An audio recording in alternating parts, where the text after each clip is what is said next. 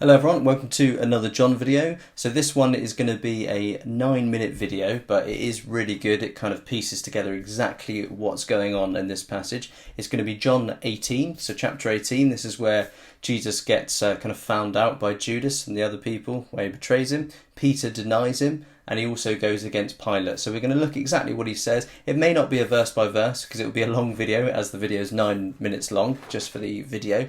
But the explanation probably won't be verse by verse. It will kind of be theme by theme. But yeah, please enjoy the video and then I'll come right back to you. Jesus had met there with his disciples.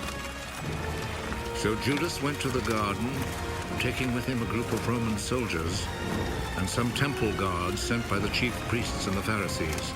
They were armed and carried lanterns and torches.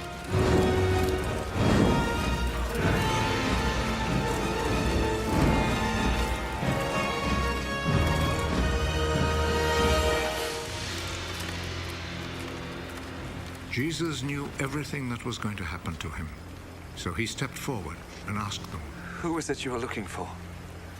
Jesus of Nazareth. Judas the traitor was standing there with them when Jesus said to them, "I am he." They moved back and fell to the ground.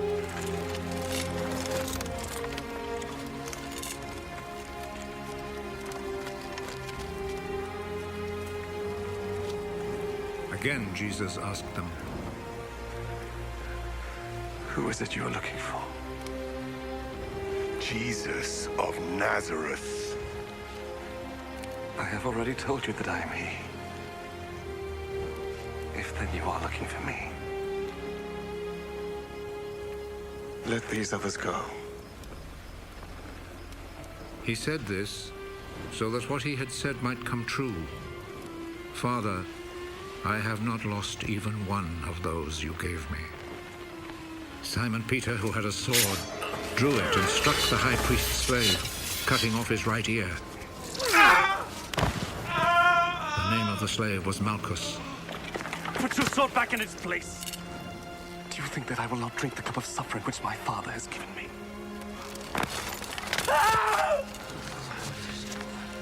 Then the Roman soldiers, with their commanding officer and the Jewish guards, arrested Jesus, tied him up,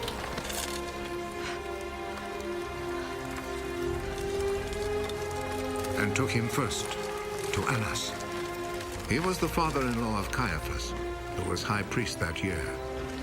It was Caiaphas who had advised the Jewish authorities that it was better that one man should die for all the people.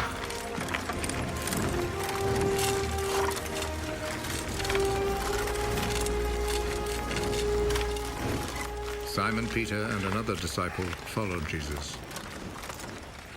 That other disciple was well known to the high priest, so he went with Jesus into the courtyard of the high priest's house, while Peter stayed outside by the gate.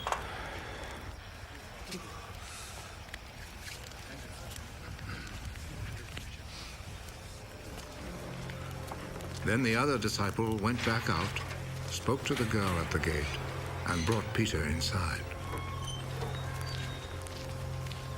Aren't you also one of the disciples of that man? No, I'm not. It was cold, so the servants and guards had built a charcoal fire and were standing around it, warming themselves. So Peter went over and stood with them, warming himself. The high priest questioned Jesus about his disciples and about his teaching. Jesus answered, I have always spoken publicly to everyone. All my teaching was done in the synagogues and in the temple where all the people come together.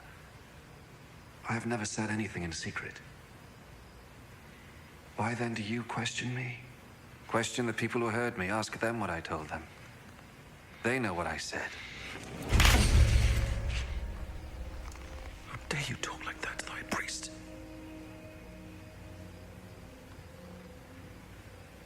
If I have said anything wrong, tell everyone here what it was. But if I am right in what I have said, why do you hit me? Then Annas sent him, still tied up, to Caiaphas, the high priest. Peter was still standing there, keeping himself warm. So the others said to him, "Aren't you also one of the disciples of that man?" No, I am not. But Peter denied it. One of the high priest's slaves, a relative of the man whose ear Peter had cut off, spoke up. Didn't I see you with him in the garden? No. And at once, a rooster crowed.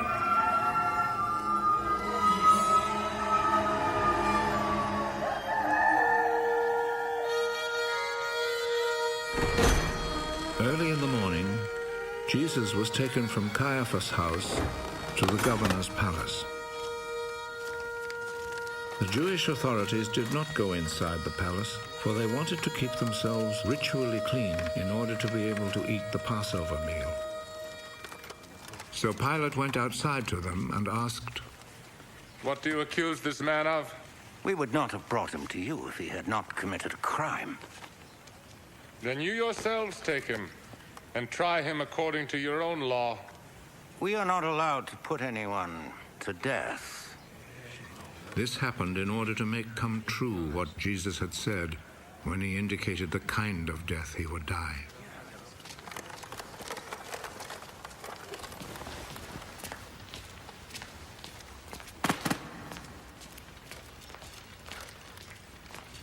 Pilate went back into the palace and called Jesus.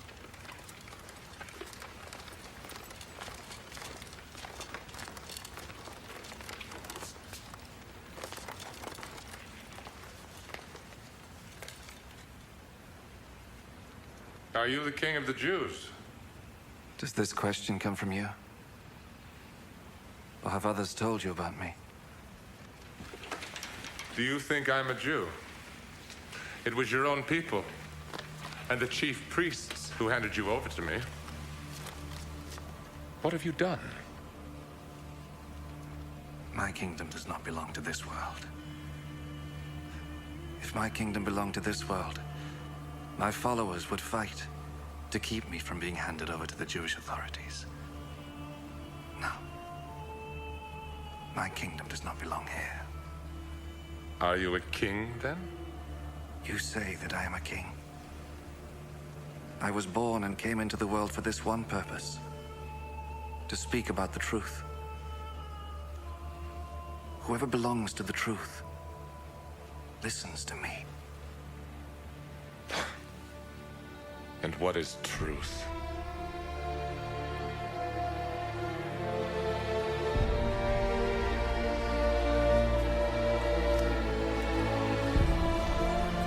Then Pilate went back outside to the people and said to them, I cannot find any reason to condemn him, but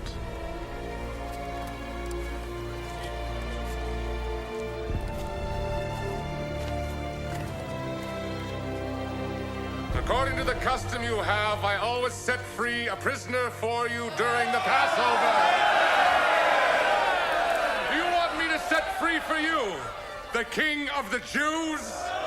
They answered him with a shout. Give us Barabbas! Give us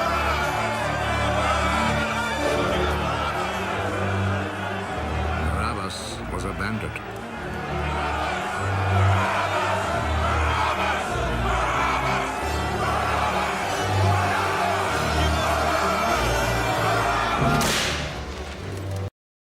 Okay, so I hope you enjoyed the video. It's, like I said, rather long, but it does need a lot of unpacking because it's kind of a blow-by-blow account of Jesus' arrest, and there is so much in it. So we'll kind of go theme by theme. So we're going to start at the Brook of Kidron, I think it's called. So when Jesus had spoken these words, he went out with his disciples across the Brook of Kidron. And the reason I bring this up is because it was a small river over the temple. And the temple, during that time, because it was Passover, would have a lot of sacrifices in the temple. And there was a drainage system that ran from the temple down into the garden kind of thing.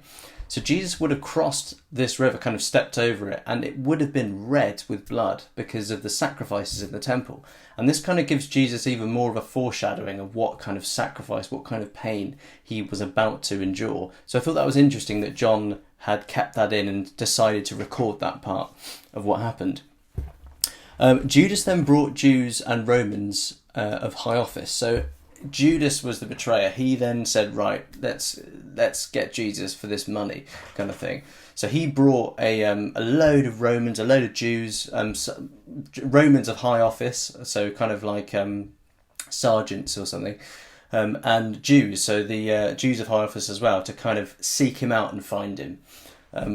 Why was it such a large force? So why did they bring such a mass? It's probably because they were expecting a fight. They've probably heard a lot about Jesus around the town, and massive groups started to follow him. He was becoming like this big figure.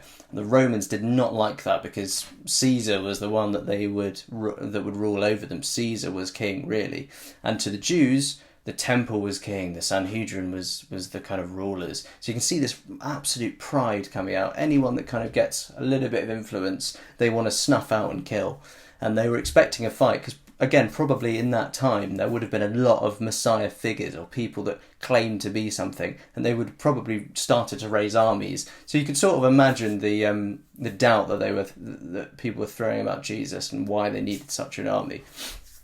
So they were expecting a fight. Jesus knew this was going to happen, and he was in plain sight. He was thinking, I'm not going to hide. I'm going to be here, where I always am, in this garden. Find me. He was pretty certain as to what would happen. And Jesus then took charge by speaking first. All these Romans came in. Jesus was just stood there. They all had their torches, possibly looking around in caves or something, but they didn't need to. He was right there. And he took charge by speaking first. He wanted any potential violence to be directed towards him and not his disciples. I mean, that's amazing, isn't it, when you think about we are covered by Jesus. Or it's almost a foreshadowing of God's wrath that was going to be poured on us. But Jesus stands there protecting us. We hide in him. So he wanted to identify himself. Jesus also wanted Judas and the troops to announce their evil intention. He was like, whom do you seek? Who are you talking to? Who are you trying to find? He wanted them to admit who they were searching for. And they said, Jesus of Nazareth. And then Jesus said, I am he. And why did they fall back? He said, I am he. And then he drew back and fell to the ground. I think there were power in his words. I think that for a Jew and for a Roman, the way he spoke when he said, I am he, was almost like saying, I am God. I am the one that you are seeking. And those words, I am he, were really powerful. So powerful that I believe it did physically knock them down. And this would have put the fear of God into them, for lack of a better term. He wanted just them to announce their evil intentions, and he said, I am he. He declared himself as God. He showed control. They knew they could do nothing, really. I think if I was in that kind of band of troops at that time, I would have thought, oh dear, this guy is powerful, whatever it is powerful. And he asked them again as well, whom do you seek? And they said, Jesus of Nazareth. They probably answered that with a little bit more trepidation in their voice, Jesus of Nazareth, because of what just happened. But Jesus didn't want them to panic and kill the followers, because if he just said, I am he, and they all kind of fell over, they could have just panicked and just started killing the disciples. So he wanted to just calm the tone down a little bit and say, who do you seek? And I don't think they fell again, because I don't think John wants to, and I don't think they fell as well, because they're not like magic words, I am he, and they fall back every time. It's not something like that. It's I am he was the first fall, was to declare who he was, and then it was just to display the heart of why they were there. But the first one was to display his power. And what did he do? Once again, he gave his life for his friends. Do not hurt them, but take me. I had told you I am he, so if you seek me, let these men go. That's what he wanted to do. He gave his life for his friends. What a foreshadowing of what he does for us. Gives his life. Let him go free. I'll take the wrath. That's what he's saying. Which I think is amazing. And Jesus fulfilled prophecy of verse 12 as well, of the previous chapter. When he prayed, and we went through John 17, he prayed to the Father himself. And he fulfilled verse 12, which is, while I was with them, I kept them in your name, which you have given me. I have guarded them, and not one of them has been lost except the son of destruction, that the scripture might have been fulfilled. So one of them was lost, and we can tell that from Judas, because he was the one leading these people there. So he fulfilled scripture. And why did Peter have a sword? So now we come to the point of where Jesus kind of was, I'm here, but lots of tension. Peter was probably behind one of the guards because you wouldn't have been able to just go up to a guard and slice him in the ear. He's probably behind him, and he sliced him in the ear. And it's an odd. I thought, why would the disciples of Jesus carry swords? But it was probably quite a normal thing because back in that time, in that place where they were, there would have been robbers, there would have been violent men, and it's good to have some sort of defence on you in that time. But I think it was quite not a courageous move from Peter because he wanted to display his love for Jesus, but he did it in cutting someone's ear. And it's kind of the first sign that Peter isn't a very courageous man, as we'll be able to look on and see further in the passage.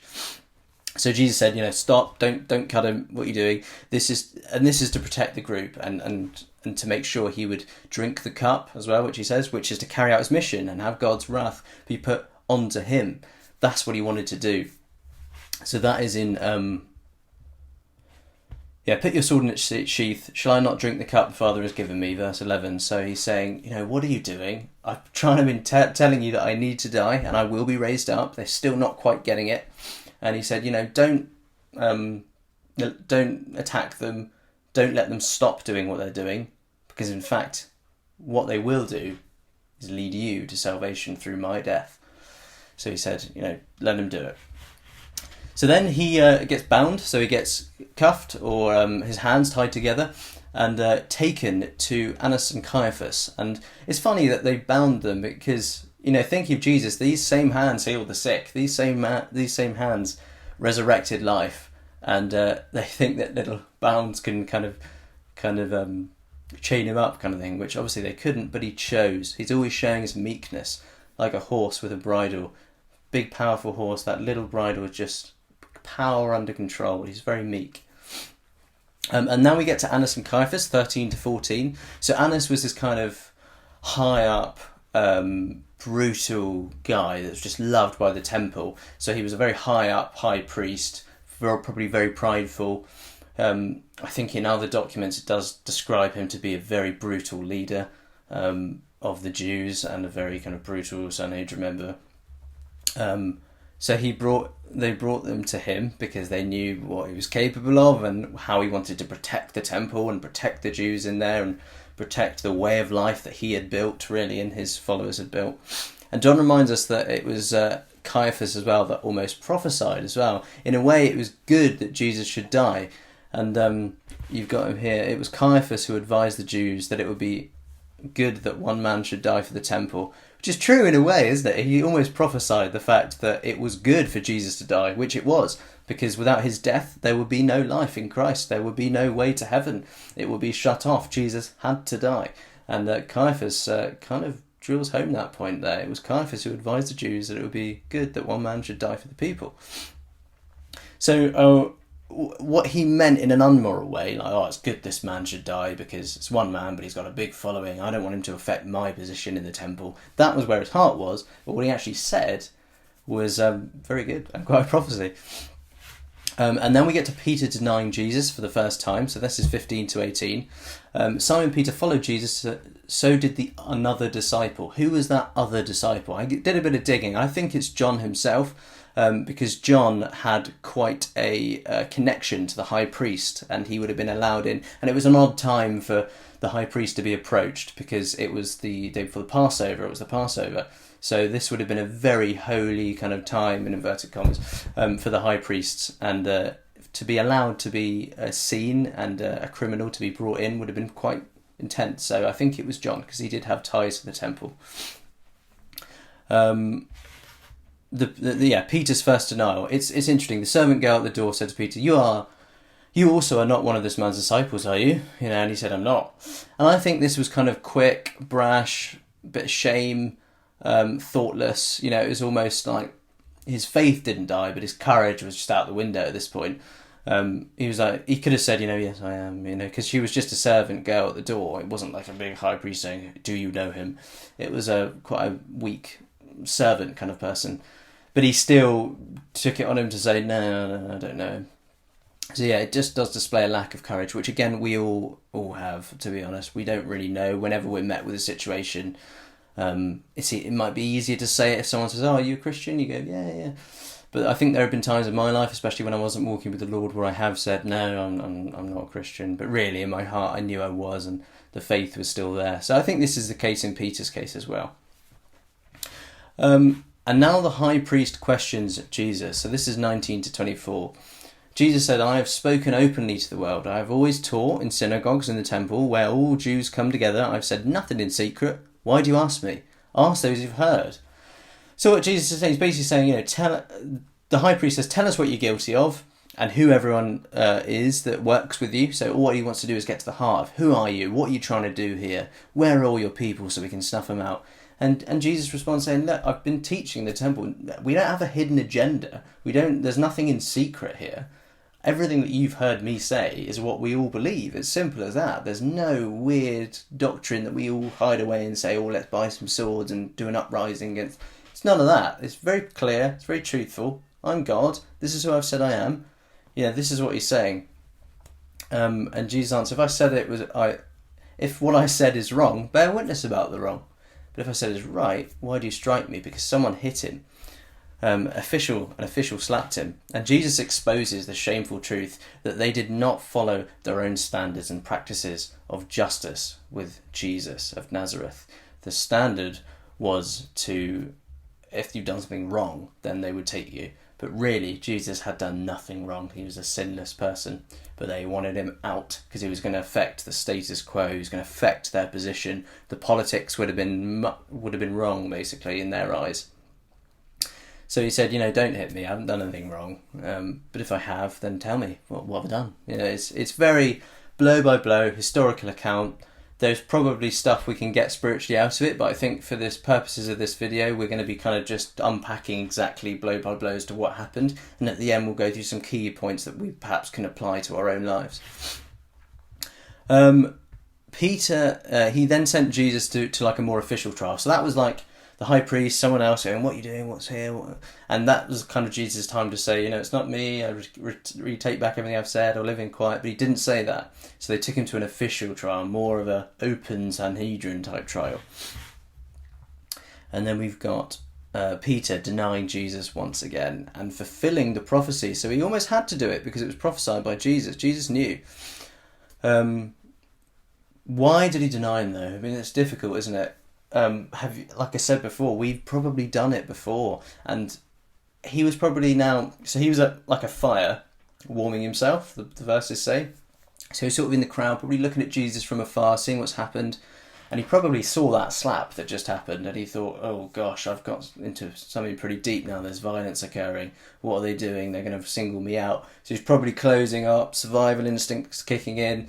So I sort of understand it, but it is amazing how Jesus said that Peter would be the rock on which his church is built. What mercy, what grace, a man that would deny him to just a servant girl when he could have said, yeah, I am.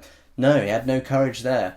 And then, but we could never know, to be honest, if we were in that position, if we would deny him or not. But on this occasion, Peter did deny him. But I don't think it's his faith that failed him. It's his courage that failed him. Didn't have any courage. But it's merciful, isn't it? Jesus is merciful. He covers all of our sin in the blood of him. So we're thankful for him for that. And it's an amazing account of one of his top kind of disciples denying him 3 times. And now Jesus is dragged from the kind of Sanhedrin official place right before Pilate. This is the Roman leader. So back in those times, it was kind of one city that was occupied by Romans and Jews. The Romans would kind of rule with an iron fist on top, kind of almost using the Jews as puppets. And it was very politically charged. Everything was quite nuanced. But really, the Jews and the Romans were trying to live harmoniously and peacefully together, but with the underlying sense that Rome was on top. Rome was the one that they would bow to, kind of thing. So this is the big one. They come in. Jesus is dragged in the eyes of Pilate. And it's a 2-part trial. This first was like the first one was like a hastily gathered assembly of council, and that's recorded in Matthew 26, 57 to 68. And the second was an official daylight meeting of the Sanhedrin, so becoming much more official now.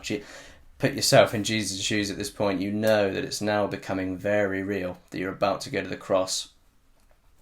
They themselves did not go into the praetorium, lest they should be defiled. Now this is just ridiculous. John used almost like an ironic touch to expose the hypocrisy of the Jewish rulers. They refused to break relatively small commands regarding ceremonial defilement, but broke much greater commands in rejecting God's own Messiah and condemning an innocent man to death. They fully well knew he was innocent. They just wanted him out. And they refused, because it was Passover, to go into the temple as to defile themselves. So it was such a small little man-made commandment that was just, I'm not doing that. I'm a high priest. And really what they were doing is sentencing an innocent man to death. You could just see the absolute stinking hypocrisy of these people. It was much more of a political career-based thing, I think, for the Pharisees and the scribes and the Jews. It was who can get on top, who's the leader of the temple. It was just wrought with sin, basically. And Pilate then said, why is he here? The Jews then dodged the question, typically. Still no charges against him. And then there's a quote from Clark here. They did not wish to make Pilate the judge, but the executor of the sentence which they had already illegally passed. They didn't want to do it. They didn't want to get their hands dirty. They were priests. They were Pharisees. They could never do that. So they handed them over to the ruler of the Romans, Pilate, to do it himself. You take care of the dirty work. You remove this guy. And Pilate's saying, actually, why? I don't know why I'm here, why he's here. So he's a bit, what's going on? And Pilate found no reason to execute him and asked the Jews to do it themselves. So he said, I'm not doing it, you do it. It's going to happen, but it's going to be one or the other who's going to kill him. And because, he asked the Jews to do it themselves as he thought Jesus had claimed to be God of the Jews, not him. Therefore, no Roman charge was against him. Matthew records that actually the Jews did bring a charge against him so that the Romans could execute him. So they said they were I think they're probably racking their brains saying, what Roman command has he broken? How can we get Pilate to see that he is really a bad man? And they went, And then it says in Luke 23:2, we found this fellow perverting the nation and forbidding to pay taxes to Caesar, saying that he himself is Christ, a king.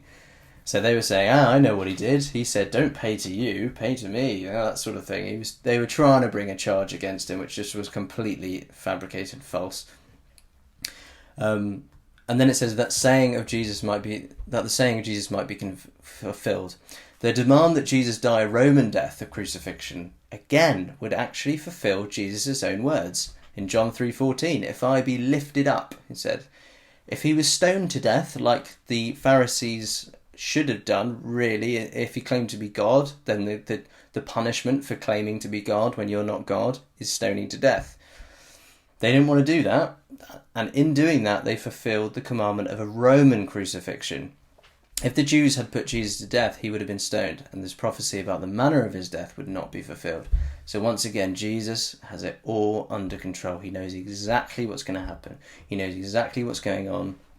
It's amazing to see God in human flesh going through a ridiculous political man-made stuff that we do, basically things that humans do. He's kind of sent into this world of sin, corruption, pride, and he knows everything that's going on, and he's going to do it exactly how he said he would do it. So 33-40, this is an amazing bit. My kingdom is not of this world, is what it's titled here. Are you the king of the Jews? He said. He wanted it from Jesus' own mouth. He just wanted to get it over with. He asked this question because Jesus didn't look like a revolutionary or a criminal. These were the only types who would be foolish enough to claim to be the king of the Jews. Jews in the face of Roman domination. Pilate had seen these kind of men before and knew that Jesus wasn't like him. He'd probably seen a lot of people say, I'm the Messiah, but they were very odd, or they were kind of warring and violent. But Jesus wasn't like any of these people. He was very calm, very clear, very truthful, had a following. And then Jesus said, are you speaking for yourself? So Jesus wanted to know if Pilate really wanted to know, or if he asked the question on behalf of those who already condemned Jesus. Is he asking it for the Jews, or does he really want to know? The answer could be different depending on where his question came from. Jesus then answered him clearly by saying, if I was a political king, or a Jewish king, I would have had my disciples launch an uprising. I would have an army.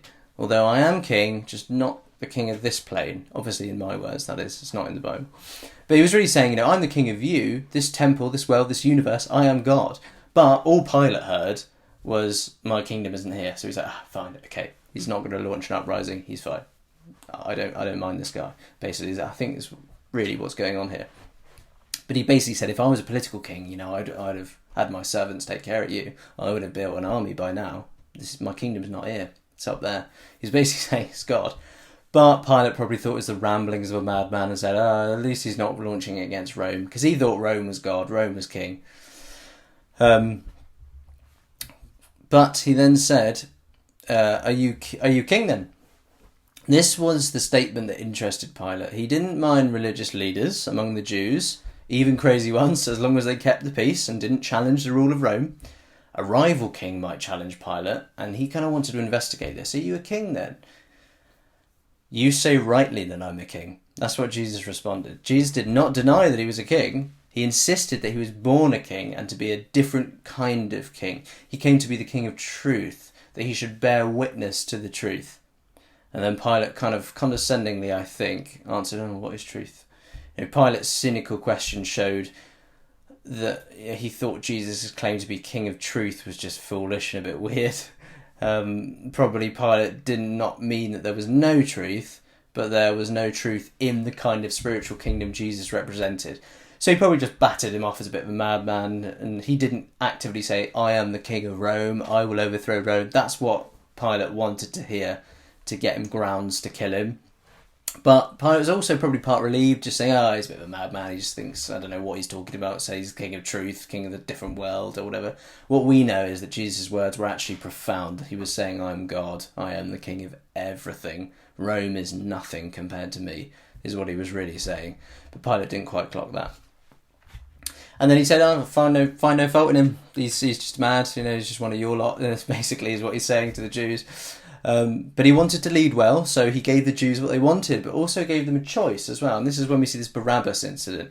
So on Passover, there would be like a special custom where they would allow a criminal to go free, someone who's on trial. We had Jesus in one corner, Barabbas in the other. Barabbas was a violent, hard, disgusting criminal, a criminal that lived as a criminal all his life, who was clearly guilty, just like us. And then on the other side, we had Jesus, king of the world, totally innocent. But what did the crowd want? They wanted Barabbas to go free. It's typical. We would have probably been screaming Barabbas' name as well. They didn't like Jesus. And when the crowd chose Barabbas instead of Jesus, it just reflects the fallen nature of all humanity, doesn't it? The name Barabbas as well sounds very similar to the Son of the Father in the language it's written in. They chose a false, violent Son of the Father instead of the true Son of the Father. This really prefigures the future embrace of the ultimate Barabbas, which is the Antichrist. And that's exactly what humans, I believe in the end times, a lot of them who have turned their back on Christ and do not know God will flock towards. And it's the same thing with Barabbas. And people today still reject Jesus and choose another, don't they?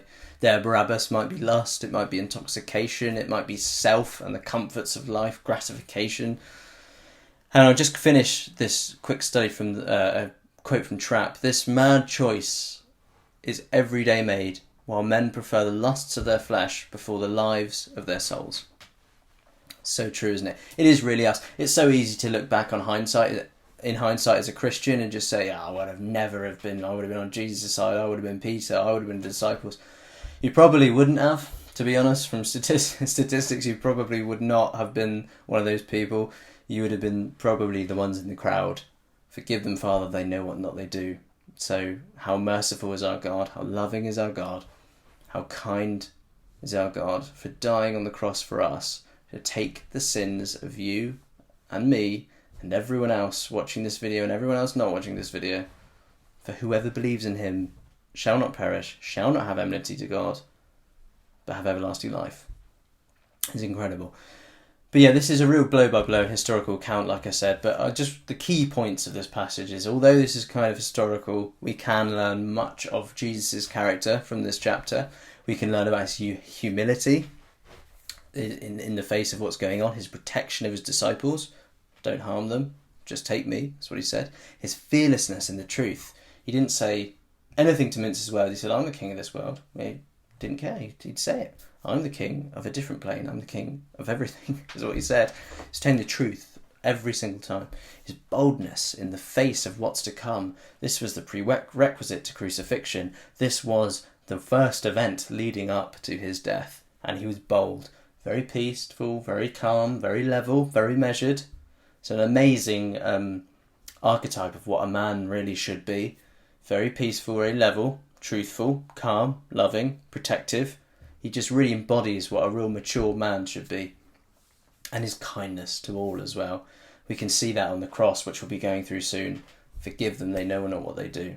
So we can really find a lot about Jesus' character in this. It's a very interesting historical account of how Peter denied him and how that could be us. But I think it's good to sometimes not inject yourself into the Bible so much, and to kind of read it sometimes in a historical manner, and to pick out bits about Jesus' character that can further mature us. But yeah, I think there's a bit of a pitfall sometimes where we inject ourselves into every story of the Bible. You know, this is my Goliath and I'm David, and this is my Goliath moment, or something like that. We sometimes need to just read it how it's written, in context, holistically, as the Bible was meant to be read, and just learn more about Jesus and continue to follow him. So thank you very much, everyone, for listening to this one. I know I'm in a bit of a different setting. I've also got a microphone here as well, so hopefully the audio is a little bit better. And I'm trying to tweak that as the weeks go on. But thank you very much for listening. I know it's a bit of a long one, but hopefully you've learned something, and keep running the race. See you next time, guys.